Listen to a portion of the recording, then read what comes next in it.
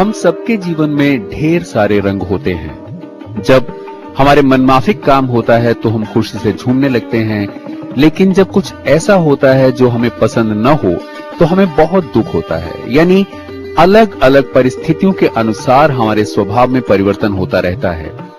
ठीक इसी तरह प्रकृति के मूड्स भी अलग अलग सिचुएशंस में अलग अलग होते हैं। प्रकृति के इन्हीं डिफरेंट मूड्स को अपने कैमरा से कैप्चर किया है छायाकार सौमित्र दत्ता ने। सौमित्र दत्ता की तस्वीरों की प्रदर्शनी साइलेंट मिरेकल्स का आयोजन नई दिल्ली के इंडिया हैबिटेट सेंटर की विजुअल आर्ट गैलरी में हुआ।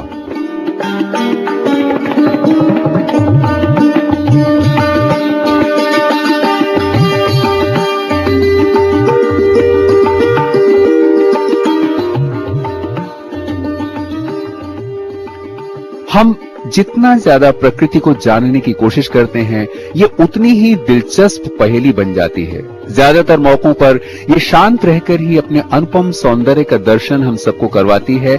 सौमित्र ने भी अपने ज्यादातर फोटोग्राफ्स में प्रकृति की सुंदरता को दिखाने की कोशिश की है।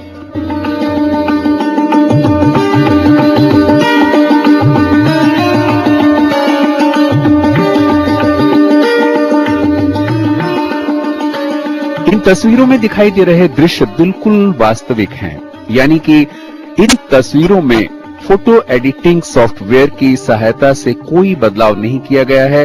बगैर फोटो एडिटिंग सॉफ्टवेयर का इस्तेमाल किए इतनी शानदार तस्वीरें पेश करना छायाकार की कुशलता का ही परिचायक है।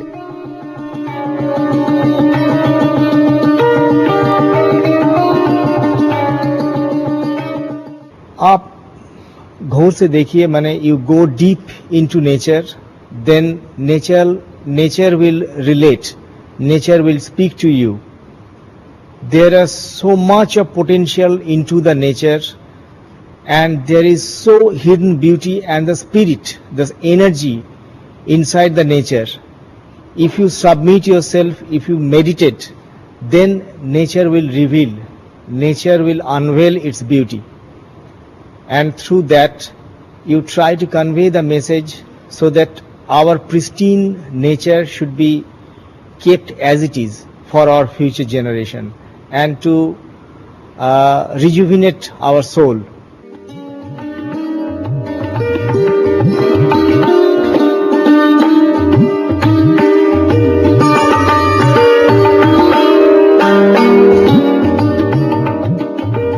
इन फोटोग्राफ्स को देखकर कई बार आपके मन में भी प्रश्न उठ रहे होंगे कि कहां के दृश्य हैं, या फिर छायाकार ने इन्हें कब क्लिक किया है।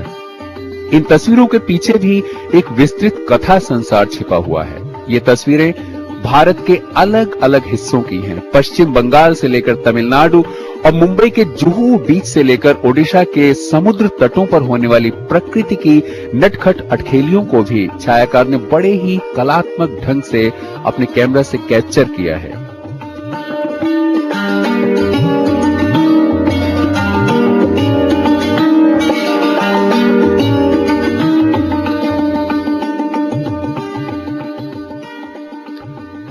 इन तस्वीरों को क्लिक करने के लिए छायाकार को कभी बहुत इंतजार करना पड़ा तो कभी बहुत जल्दी ही उन्हें डिजायर्ड सब्जेक्ट और मनचाहा एंगल मिल गया। किसी भी अच्छे फोटोग्राफ्स की यही विशेषता होती है कि उसमें सब्जेक्ट साफ साफ उभर कर आए और साथ ही तस्वीर उस एंगल से खींची गई हो जो उस सब्जेक्ट के पूर्ण भाव को दर्शकों तक पहुंचाए। इन तस्वीरों को देखकर कला प्रेमियों को कई बार ऐसा लगने लगता है कि वो इन दृश्यों के बिल्कुल पास खड़े हैं। कला प्रेमी इन तस्वीरों से जुड़ाव महसूस करने लगते हैं।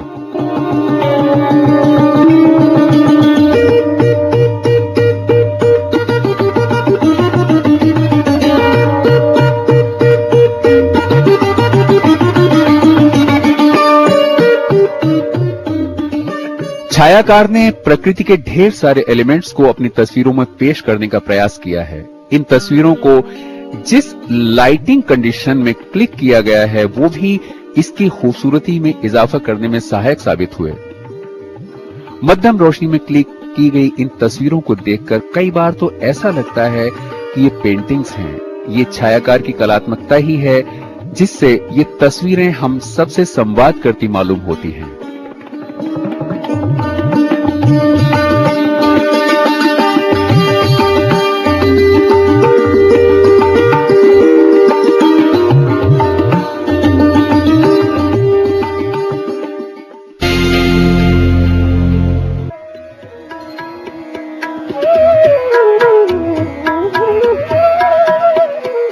अपर्णा आर्ट गैलरी में रचनात्मक चित्रकार पृथ्वी सोनी की चित्रकला प्रदर्शनी मिस्टिक स्प्लेंडर का आयोजन किया गया। हर कलाकार का अपना एक मानसिक धरातल होता है और होती है अपनी ही कला के प्रति एक खोज। नया नया गढ़ने की कोशिश में कलाकार जाने कितने बिंदुओं से अपने जीवन में गुजरता है।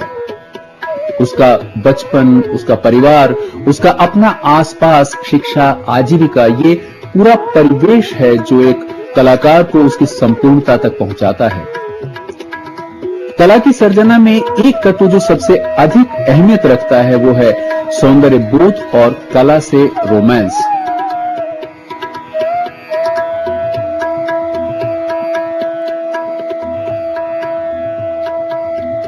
पृथ्वी सोनी मूल रूप से हरियाणा के हैं, तो निश्चित रूप से उनकी पूरी की पूरी सोच और कला कल्पना में एक कस्बी प्रभाव देखने को मिलता है। वो उन गिने चुने भारतीय कलाकारों में से एक हैं जिन्होंने वैश्विक स्तर पर कला के भारतीय बोध को स्थापित किया है, उसे एक पहचान दिलाई है। कस्बई जीवन उनकी चित्रकला का केंद्रीय बिंदु है, जिसमें एक दूसरे से अंतरंगता की पराकाष्ठा देखने को मिलती है और मिलती है परिवेश विशेष की अपनी सोंधी सोंधी गंध। उनकी चित्रकला की मुख्य बिंदु उनकी राजस्थान की नारी उतनी ही जीवंत और संवाद करती सी लगती है जितनी कि वो वास्तव में है।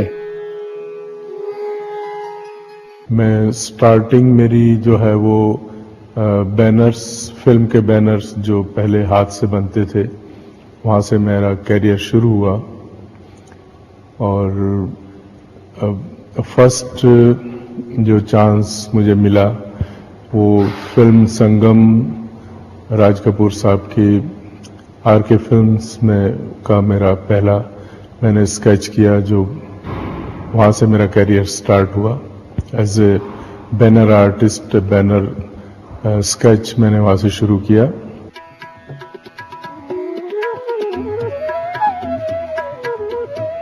कलाकार अपनी कला की यात्रा कहीं से भी शुरू कर सकता है। जरूरत है तो सिर्फ प्रतिबद्धता और उद्देश्य के प्रति मनोयोग की।